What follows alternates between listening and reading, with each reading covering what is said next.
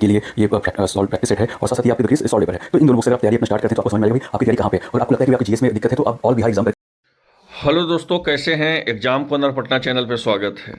BSSC का जो है चतुर्थ वर्गीय बहाली पे रोक लगा दिया गया है। ये क्या है पूरा मामला? जो बहाली आगामी जो वैकेंसी आने वाला है, क्या उस पर भी रोक लगा दिया गया है या कुछ विज्ञापन पे रोक लगा है? और साथ साथ ये भी हम जानकारी देंगे कि आखिर विज्ञापन कब तक जारी किया जाएगा कार्यालय परिचारी का, जिसको कार्यालय परिचारी बोलते हैं, चतुर्थ वर्गीय का। तो सारा जानकारी हम आपको इस वीडियो के माध्यम से देंगे।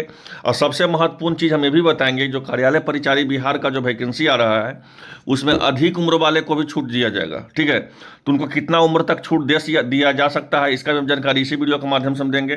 पूरा मामला क्या है, पूरा मामला हम आपको बताएंगे इस वीडियो के माध्यम से। तो बोला गया है कि पटना हाईकोर्ट के चतुर्थ वर्गीय जो है आपको बहाली को लेकर के बिहार कर्मचारी चयन आयोग के प्रकाशित विज्ञापन के सफल उम्मीदवारों के बहाली पर रोक लगा दिया गया है। जो भी पटना हाईकोर्ट के चतुर्थ वर्गीय के बहाली को लेकर के, ठीक है ना, बिहार कर्मचारी चयन आयोग की ओर से प्रकाशित विज्ञापन के सफल उम्मीदवारों को बहाली को रोक लगा दिया गया है। साथ ही कोर्ट ने राज्य सरकार और कर्मचारी चयन आयोग के जवाब तलब किया गया है और कोर्ट ने सफल उम्मीदवारों को नोटिस जारी किया है। एक यहाँ पे ध्यान दीजिएगा, एक महत्वपूर्ण चीज़, हाल फिलहाल जो है पटना हाई कोर्ट में मजदूर का एक वैकेंसी निकला है, ग्रुप सी का। ठीक है, ग्रुप सी का पोस्ट का मजदूर का वैकेंसी निकला है।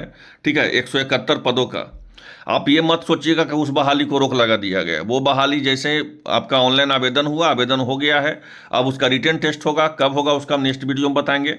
मतलब इस बहाली से और पटना हाईकोर्ट के द्वारा जो ग्रुप सी का जो बहाली आया मजदूर का, उस बहाली में दूर दूर तक लेना देना नहीं है। बहुत लोग को कन्फ्यूजन हो जाएगा कि पटना हाईकोर्ट जो है चतुर्थवर्गीय एक बहाली को रोक लगा दिया। ऐसा बिल्कुल नहीं है। वो ग्रुप सी का नौकरी है, ये ग्रुप डी की बात हो रही है, तो इसलिए दोनों में दूर दूर तक लेना देना नहीं है, इस बात को समझिएगा।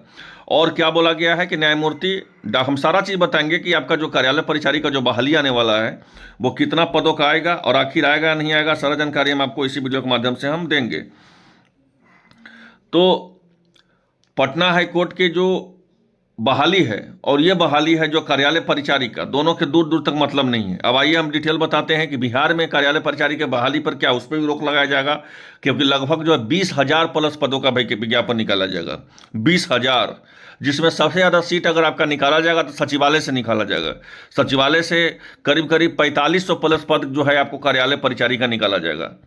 अब बिहार में कार्यालय परिचारी ही बोलते हैं ग्रुप डी को, चतुर्थ वर्गीय को। ठीक है, तो क्या है पूरा मामला? तो बोला गया न्यायमूर्ति जो है अंशुमान की एकल पीठ में मुकेश कुमार एवं 147 उम्मीदवारों की ओर से दायर अर्जी के सुनवाई के बाद बहाली पर रोक लगा दिया गया है।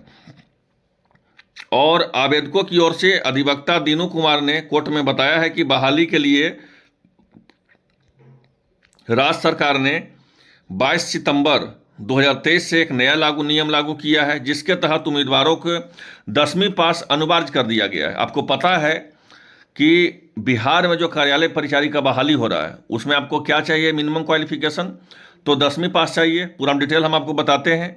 साथ ही 100 अंक की लिखित परीक्षा भी होगी।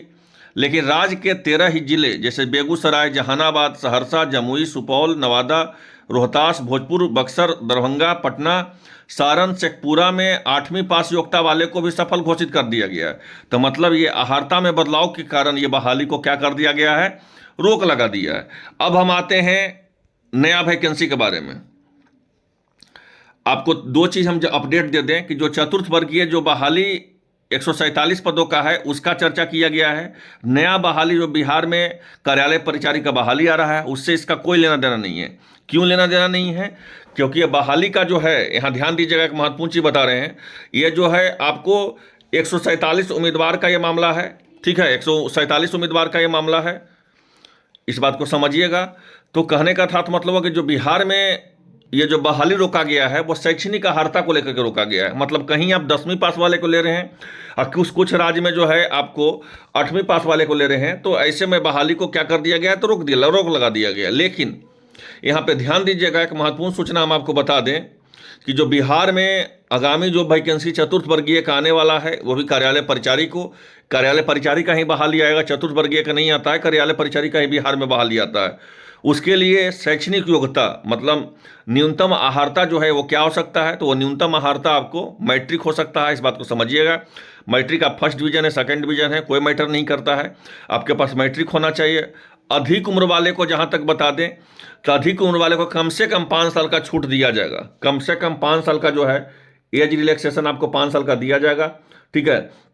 इस बात को भी समझ लीजिएगा, क्योंकि जब तक जजमेंट भी आ जाएगा और ये बिहार में कार्यालय परिचारी का बहाली कितना पदों का आएगा, तो लगभग बिहार में कार्यालय परिचारी का बहाली लगभग 20,000 प्लस पदों का आएगा, 20,000 प्लस पदों का। समझ लीजिए कि फॉर्म भी 20 लाख गिरेगा कम से कम, क्योंकि सरकारी नौकरी रहेगा, फुल्ली सरकारी नौकरी रहेगा, तो फॉर्म भी 20 लाख गिरेगा इसमें।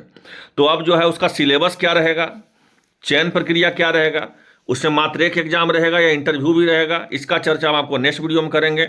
और ये भी हम बता देंगे कि उसका जो है प्रीवियस ईयर का क्वेश्चन क्या है, उसका भी हम डिटेल हम बता देंगे, क्योंकि अब क्वेश्चन बताना जरूरी हो गया है, क्योंकि वो सब बहाली जो है धीरे धीरे आपको देखने को मिल रहा है इसको चलते। तो आई होप आप लोग को वीडियो अच्छा लगा होगा। मिलते हैं नेक्स्ट अपडेट के साथ, धन्यवाद।